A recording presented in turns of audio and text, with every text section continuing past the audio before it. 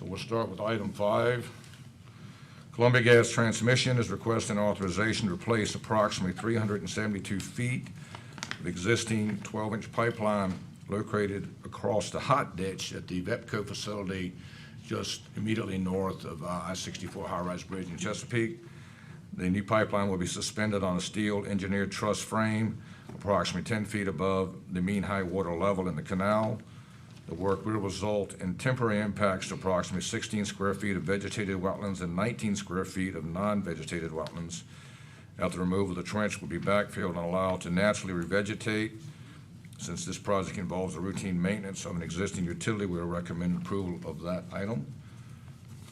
Item 6, Virginia Electric and Power Company is requesting authorization to install approximately 754 linear feet of temporary turbidity curtain in the James River and 54 linear feet of riprap to facilitate repairs to the principal spillway outfall at their lower coal ash pond situated along a man-made discharge canal adjacent to Farrar Gut at their Chesterfield Power Station in Chesterfield County.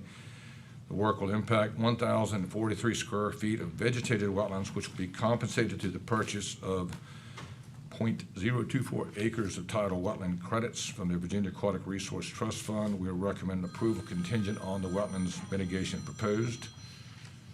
Item 7, Mr. Russ Williams is requesting authorization to construct a 166-foot-long riprap revetment along the Mattaponi River adjacent to DWR's Melrose Public Landing in King and Queen County.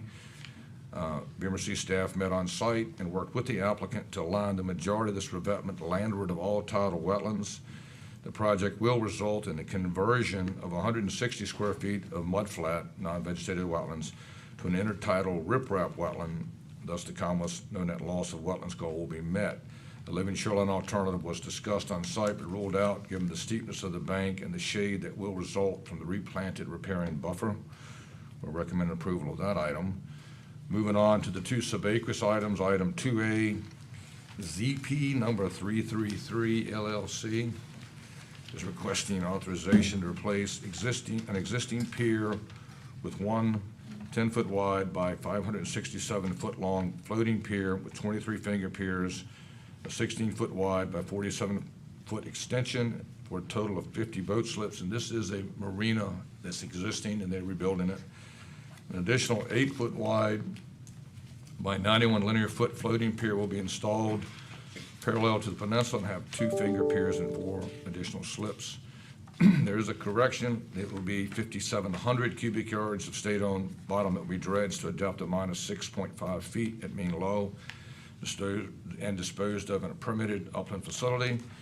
All work will take place at property 4521 Pretty Lake Avenue, adjacent to Little Creek in the city of Norfolk. Staff has recommended a revised royalty based on the revised cubic yardage of $80,707.50 for the dredging and marina encroachment, and a special condition that they implement a soft start on all impact-driven hollow steel piles. And lastly, Naval Weapon Stations Yorktown is requesting authorization to install shoreline stabilization structures and clean sand fill to rebuild Penniman Spit near Wavell Steppen near Naval Weapon Station Yorktown and Cheatham Annex along the York River in York County. Components include 5 sills, 1 160-foot-long offshore breakwater, 2 rock spurs, and 17,240 cubic yards of clean sand to facilitate the planting of 2,000 linear feet of living shorelines. That's just a little over a third of a mile of living shoreline.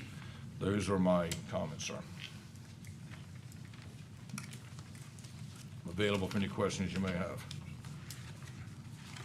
Any speakers in opposition to these projects?